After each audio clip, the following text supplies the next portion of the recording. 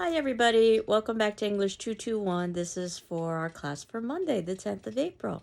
And first and foremost, there is an extension on the Richard II journal because we haven't put closure onto Richard II yet. Though certainly you can hand in the journal early, but our extension is up until Wednesday the 12th at 11:59 p.m. to my email.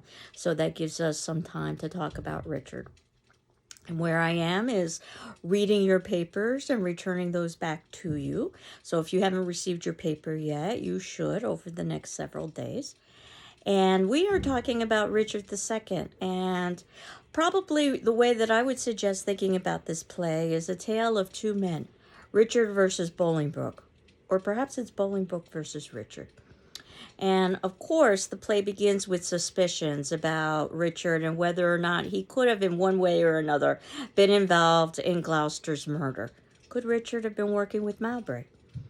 And we also have suspicions about Bolingbroke. Are his actions completely innocent, or are they politically motivated? Or perhaps both are possible at the same time. Richard's mistakes, there are quite a few.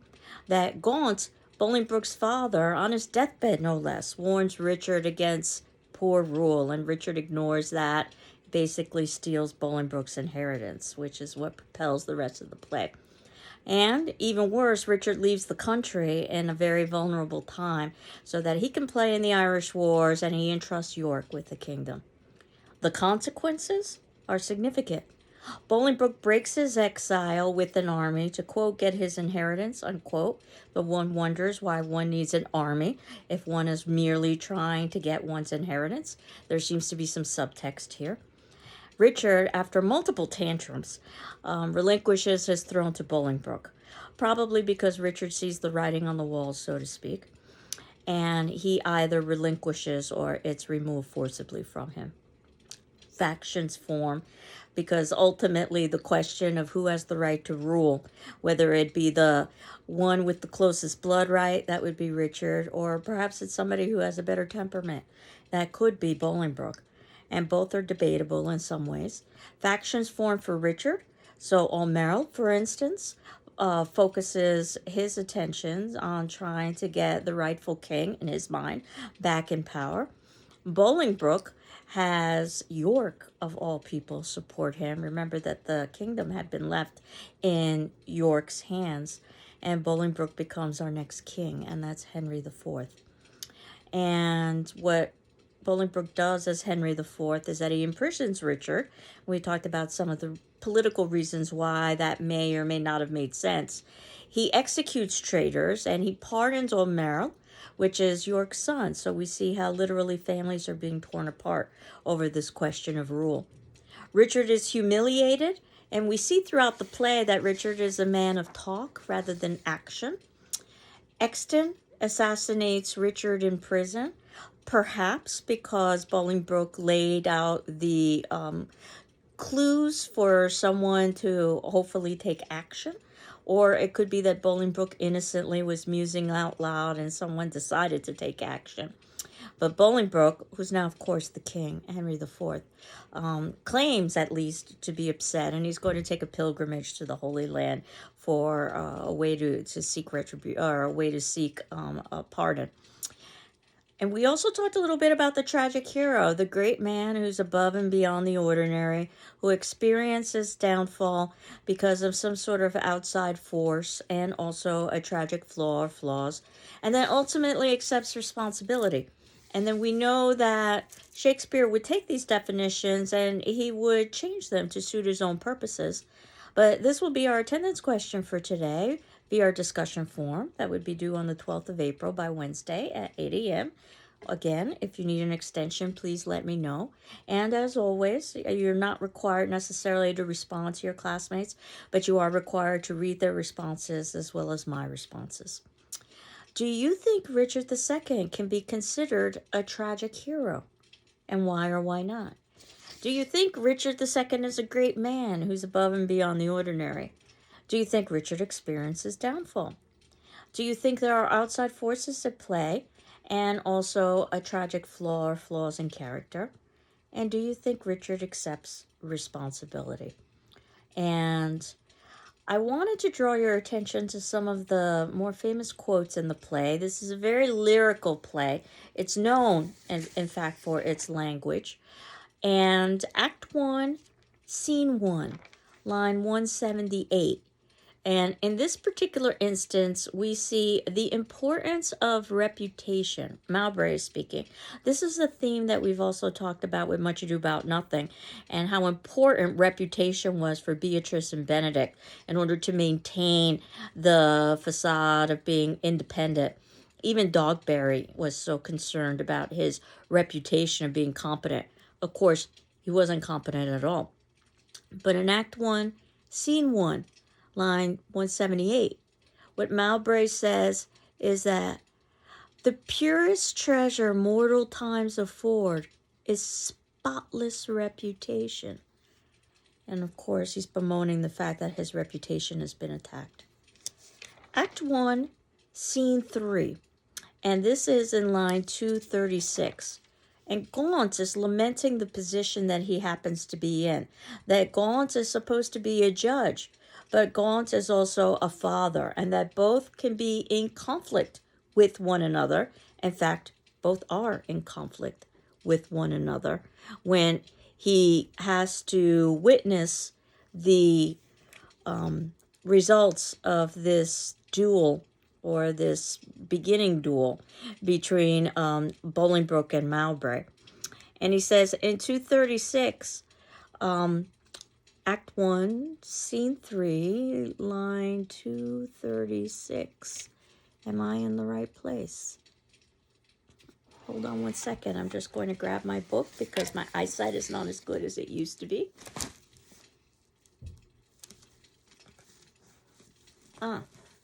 And this is where Gaunt is saying, things sweet to taste prove in digestion sour. You urge me as a judge, but I'd rather you would bid me argue like a father. Oh, hadst been a stranger, not my child, to smooth his faults I should have been more mild. A partial slander sought I to avoid, and in the sentence my own life destroyed. Gaunt's deathbed speech, Act 2, Scene 1, and that happens to be line 31. You can see that I have indicated this in the notes below. It's perhaps one of the most famous speeches in this play, where Gaunt says, methinks I am a prophet new inspired, and thus expiring do foretell of him. His rash, fierce blaze of riot cannot last, for violent fires soon burn out themselves. Small showers last long, but sudden storms are short. He tires betime that spurs too fast betimes. With eager feeding food doth choke the feeder, light vanity, insatiate cormorant. Consuming means soon preys upon itself. This royal throne of kings, this sceptered isle, this earth of majesty, this seat of Mars, this other Eden demi-paradise, this fortress built by nature for herself, against infection and the hand of war. This happy breed of men, this little world, this precious stone set in the silver sea, which serves it in the office of a wall, or as a most offensive to a house, against the envy of less happier lands. This blessed plot, this earth, this realm, this England, this nurse, this teeming womb of royal kings, feared by their breed and famous by their birth, renowned for their deeds as far from home, for Christian service and true chivalry, as in the sepulchre and stubborn Jewry of the world's ransom, blessed Mary's Son. This land of dear souls, this dear, dear land, dear for her reputation through the world, is now leased out, I die pronouncing it, like to a tenement or pelting farm. England, bound in with triumphant sea, whose rocky shore beats back the envious siege of watery Neptune, is now bound in with shame, with inky blots and rotten parchment bonds. That England that was wont to conquer others hath made a shameful conquest of itself. Ah, with the scandal vanished with my life, how happy then were my ensuing death. There is so much going on in this speech. The imagery, the talking about fierce riots, rash, fierce blaze of riot cannot last. Violent fires, that's what Richard is, a violent fire, will soon burn out themselves. And this food imagery, but now this is negative rather than positive, as we saw in the comedies. With eager feeding food doth choke the feeder. Consuming means soon preys upon itself. Cannibalism. That in effect is what Richard is doing, is cannibalizing England. And England's former glory, this other Eden, demi-paradise. And what's become of it because of Richard's rule. And this blessed plot, this earth, this realm, this England. And he talks about reputation, of course, as we've discussed, a major theme in Shakespeare, and that Richard's poor rule has led to the destruction of the kingdom. Lots of images of disease. We talked about how this play's title is The Tragedy of King Richard, so that we will see many elements of tragedy. That said, when we put closure to Richard II, we're going to move to tragedies, and that means we get to revisit the idea of the tragic hero. And also, we get to read Shakespeare's shortest play and also watch a production, which is Macbeth. So I'm well aware that I've fallen behind a bit on the syllabus. I was a little bit optimistic. But notice that our last week is basically catch up and doing an extra credit. So that's where I will be catching up, if necessary, and we'll just adjust the due dates accordingly. So do not panic if it turns out that you see a due date, because you can always ask me for an extension. And as I indicated, I'm going to have to give an extension for Macbeth because ultimately we're behind schedule. And I did already give an extension for Richard II. But in terms of this idea of disease, Act 2, Scene 1, line 93, and the idea that Richard himself is a disease that needs to be purged from the land. And Act 1, and that would be Act 2, Scene 1, line 93.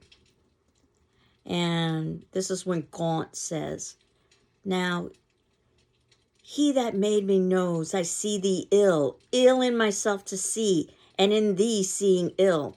Thy deathbed is no lesser than thy land, wherein thou liest in reputation sick. And thou, too careless patient as thou art, committest thy anointed body to the cure of those physicians that first wounded thee. 1,000 flatterers sit within thy crown, whose compass is no bigger than thy head, and yet, encaged in so small a verge, the waste is no whit lesser than thy land."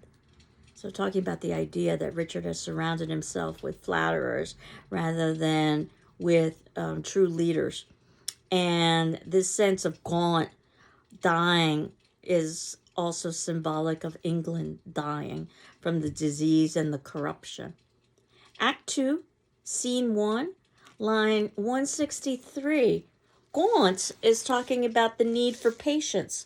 Keep in mind that Gaunt is still trying to be a supporter of Richard, as difficult as it is with all of the abuses that Richard has engaged in.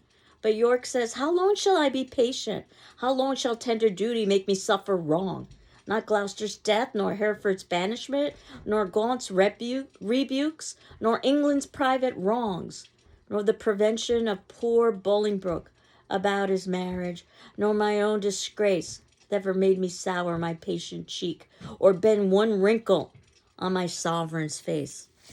Of course, we know that ultimately York is not going to be able to remain patient, and his loyalty will be tested to the point where he's going to have to support Bolingbroke. In fact, in Act 2, Scene 2, line 111 or so, York is talking about his loyalty being torn into. Act 2, Scene 2, and that happens to be, again, line 111.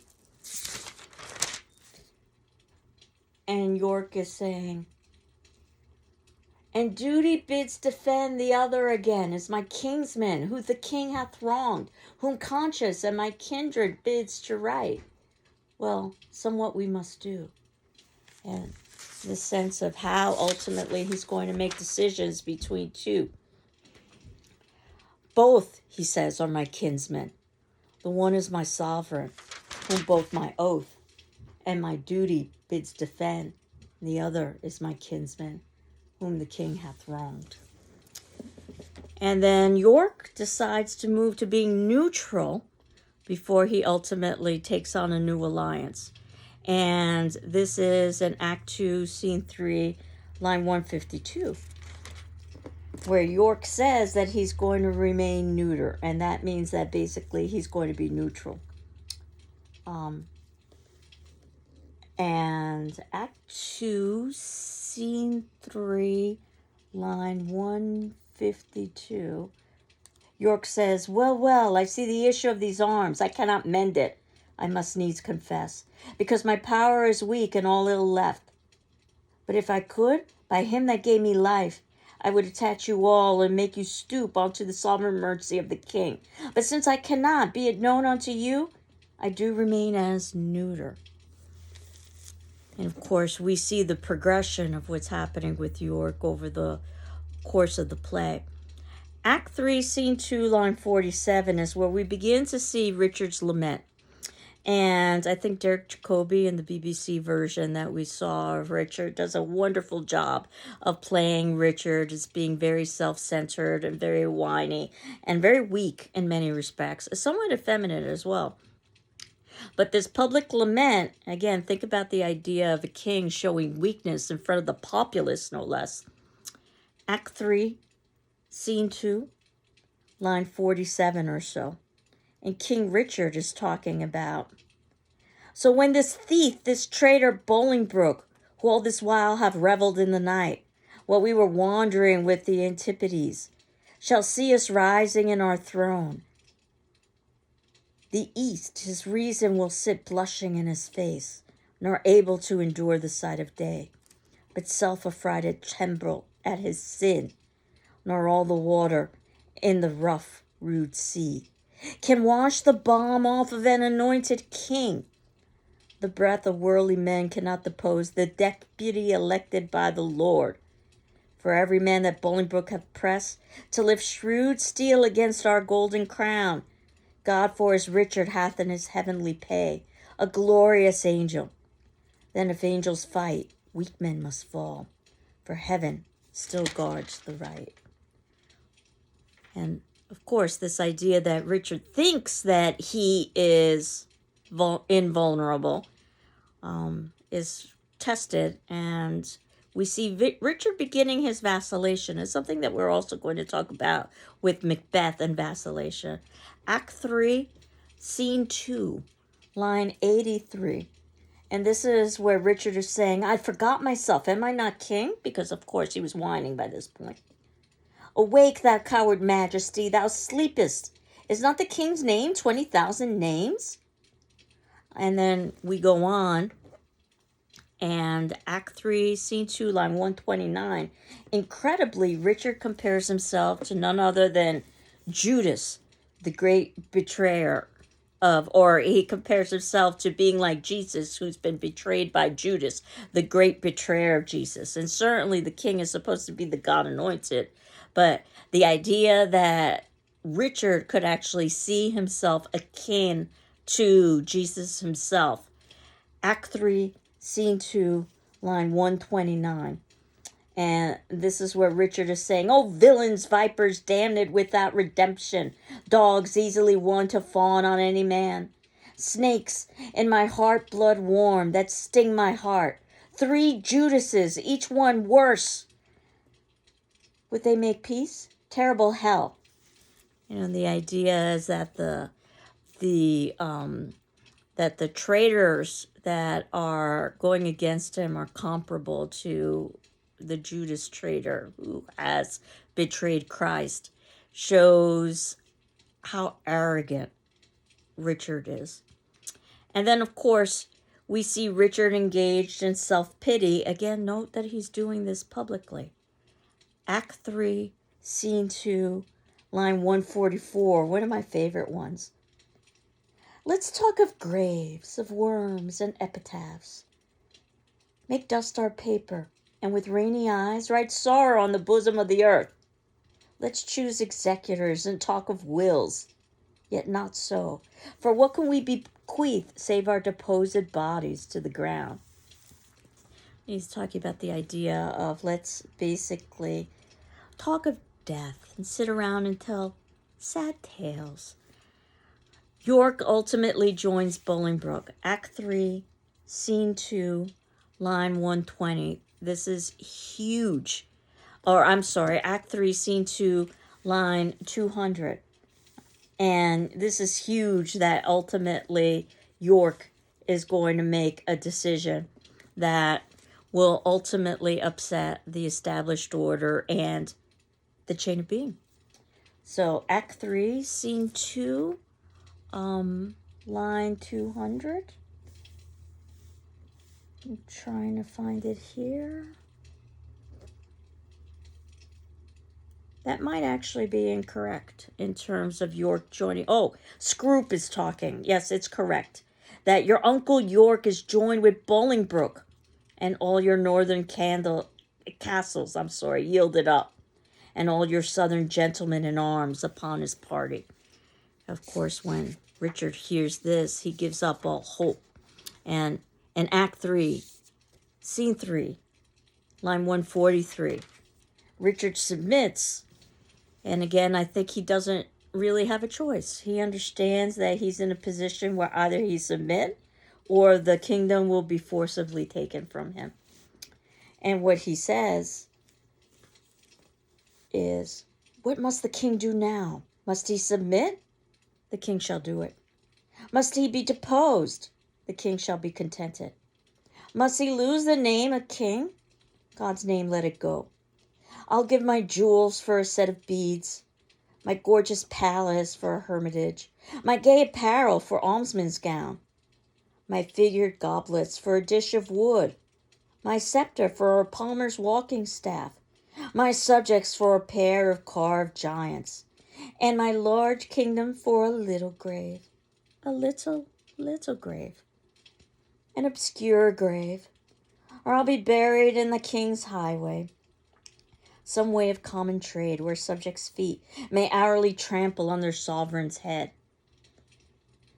And he just goes on, bemoaning his sad fate, which, again, I think illustrates that Richard really isn't suited for the position of king. We talked about the garden scene, Act 3, Scene 4, line 29. Perhaps the only relief we get in this play with something that's a little bit lighter, that's outside, it's full of greenery and sunshine, and that the lower level or lower order characters, such as gardeners, have great insight, and this is very typical of Shakespeare.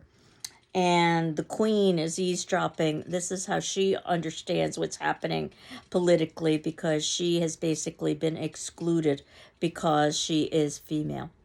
And that garden scene in Act 3, Scene 4, line 29 or so, where they talk about the importance of, go bind thou up young dangling apricots, which like unruly children make their sire stoop with the oppression of their prodigal weight. Give some supportance to the healing twigs. Go thou, and like an executioner, cut off the heads of too fast-growing sprays that look too lofty in our commonwealth. All must be even in our government. You thus employed, I will go root away the noisome weeds, which without profit suck the soil's fertility from wholesome flowers. And of course, Richard's traitors and Richard's flatterers, who've been traitors to the kingdom, have basically been like weeds who are sucking the life from the kingdom itself. Richard in Act 4, Scene 1, line 162, has to lose his crown. I love how the BBC makes that such a visual moment with both men, Bolingbroke, who's going to become Henry IV, and Richard both holding onto the crown, where Richard says that he's going to relinquish the crown, and then he's not able to give away the crown being a symbol for ultimately the power of rule. Act 4, Scene 1, and that's in line 162. Alack, why am I sent for to a king before I've shook off the regal thoughts wherewith I reign? I hardly yet have learned to insinuate, flatter, bow, and bend my knee. Give sorrow leave a while to tutor me to this submission. Yet will I remember the favors of these men. Were they not mine? Did they not sometimes cry, all hail to me? So Judas did to Christ. Notice how again he's using that Judas illusion then. And then ultimately what we see is that uneasy transfer of power in line 200. And this is in Act 4, Scene 1, line 200, where Richard says, Therefore, no, for I resign to thee. Now mark me how I will undo myself. I give this heavy weight off from my head, and this unwieldy scepter from my hand. The pride of kingly sway from out my heart. With mine own tears I wash away my balm. With mine own hands I give away my crown. With my own tongue deny my sacred state. With mine own breath release all duteous oaths. All pomp and majesty I do forswear. My manners, rents, revenues I forego. My acts, decrees, and statutes I deny. God pardon all oaths that are broken to me. And of course he goes on and on. Richard does love to talk. Richard is very much an actor. And he is acting until we get to the very ending of the play when we see him finally by himself. Before that, though, we see Richard's public humiliation. And we certainly know that Richard has ruled poorly, as he ruled poorly enough to be humiliated in public. Act 4, Scene 1, line 276, where basically he's been paraded around publicly and the populace has thrown garbage on him. This from someone who was formerly the God anointed. And Richard says, Give me that glass, and therein will I read. No deeper wrinkles yet? Has sorrow struck so many blows upon this face of mine, and made no deeper wounds? O flattering glass, like to my followers in prosperity, thou dost beguile me. Was this the face that every day, under his household roof, did keep 10,000 men? Was this the face that, like the sun, did make beholders wink? Is this the face which faced so many follies, that was at last not faced out by Bolingbroke? A brittle glory shineth in this face, as brittle as the glory is this face. And then, of course, he smashes the glass or the mirror. For there it is cracked in 100 shivers. Mark, silent king, the moral of this sport, how soon my sorrow hath destroyed my face.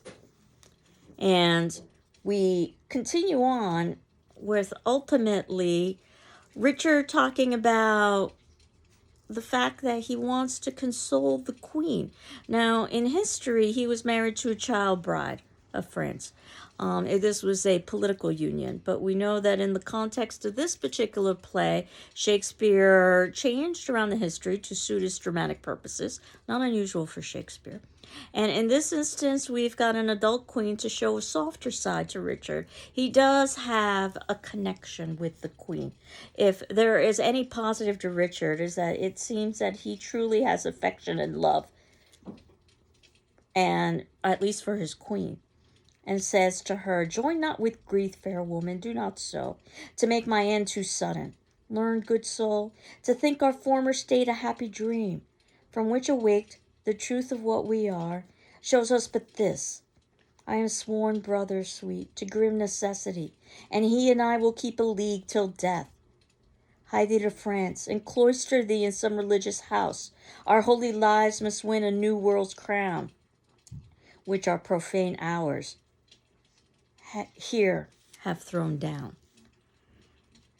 And in typical Richard fashion, because he loves to feel sorry for himself, in Act 5, Scene 1, line 37 or so, he talks about how the populace should tell sad tales about him. A king of beasts indeed, if aught but beasts. I'd been still a happy king of men.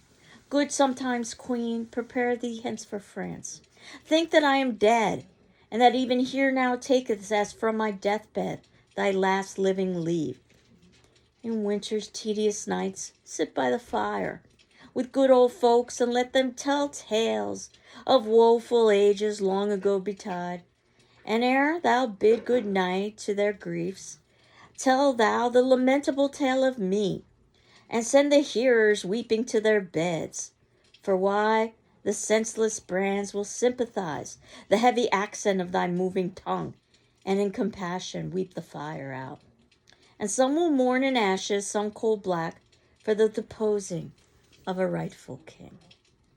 So, then of course we know Act 5, Scene 2, line 23, this is where we've got the conflict between families with this, in effect, civil war that's going on with York.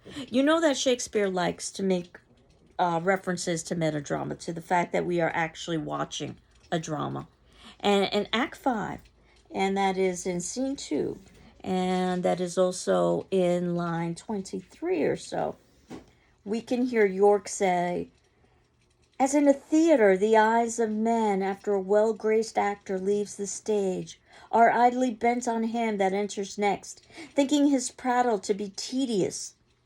Even so, or more with such contempt, men's eyes did scowl on gentle Richard.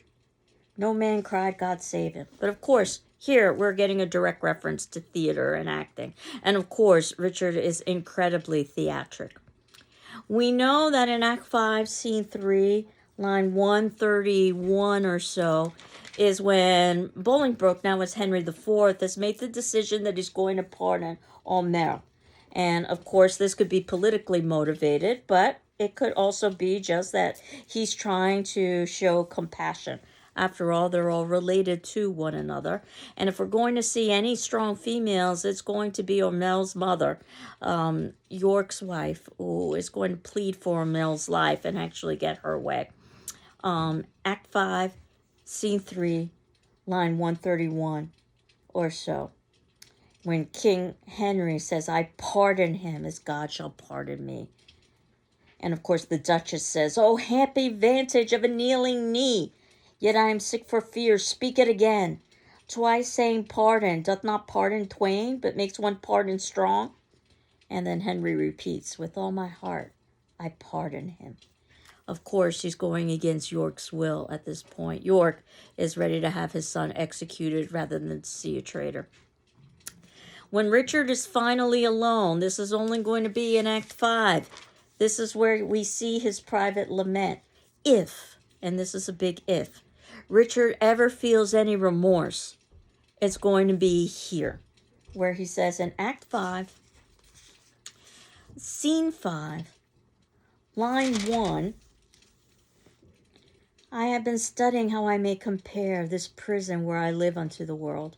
And for because the world is populous, and here is not a creature but myself, I cannot do it, yet I'll hammer it out. My brain I'll prove the female to my soul the father, and these two beget a generation of still breeding thoughts. And these same thoughts people this little world, in humors like the people of this world, for no thought is contented. The better soughtest thoughts of things divine are intermixed with scruples, and do set the word against the word. And thus come, little one, and then again, it is hard to come as a jewel. And as he goes on, he says perhaps one of my favorite lines in all of Shakespeare's canon, where he hears music playing. He says, ah, music do I hear. This is around line 40 or so. Ah, keep time, how sour sweet music is, when time is broke and no proportion kept. So it is in the music of men's lives. And here have I the daintiness of ear, to check time broke in a disordered string, but for the concord of my state and time, had not an ear to hear my true time broke. I wasted time, and now doth time waste me. One of perhaps my favorite lines. I've wasted time, and now doth time waste me. I can't help but think of this every semester at this time of the semester, where it had seemed previously there was so much time, and now there seems like there is so little time. But at any rate, we know that in Act 5, Scene 5, line 84, is when we are going to be hearing again about the jealousy that Richard has. So proud that Bolingbroke was on his back. He's talking about his former horse. That jade that hath eat bread from my royal hand. This hand hath made him proud with clapping him. Would he not stumble? Would he not fall down? Since pride must have a fall and break the neck of that proud man that did usurp his back? Forgiveness, horse, why do I rail on thee? I mean, it's come to that basically Richard's own horse has betrayed him. I guess the modern day parallel might be when one's own pet dog has betrayed them. It's supposed to be your best friend. And then, of course, we know in Act 5, Scene 6, line 34, this is where Bolingbroke has declared that he's going to be taking a holy pilgrimage. Of course, Bolingbroke is now King Henry. Exton, I thank thee not, for thou hast wrought a deed of slander with thy fatal hand upon my head and all this famous land. So basically, he's telling Exton, I never told you to commit this murder. And Exton basically says, but from your own mouth, my lord, did I this deed. And of course, King Henry denies it and says that what he's going to do is, I'll make a pilgrimage to the Holy Land to wash this blood off from my guilty hand. March sadly after, grace my mourning here, and weeping after this untimely bier. So, this gives you a little bit of an idea of the beauty of the language, if nothing else, in King Richard. And for our discussion question again, do you think Richard II can be considered a tragic hero? Do you think he's a great man who is above and beyond the ordinary, if for no other reason because of his birthright? Do you think Richard experiences a descent in losing his kingdom? Do you think that descent is because of flaws in his character? For instance, stealing Bolingbroke's inheritance. Do you think that outside forces also played a role? For instance, could this be Bolingbroke trying to manipulate the situation? And do you think that Richard ultimately accepts responsibility? I've wasted time, and now time doth waste me. Or are we stretching a little bit too much with this definition of tragic hero, especially because this is not a tragedy per se, it is a history, even though it's entitled The History of Richard II. But keep this in mind when we do get to the actual tragedies, such as Macbeth and Othello. I hope you're doing well. I'm doing well. We will continue on next class and move to tragedies, the first being Macbeth. Take care.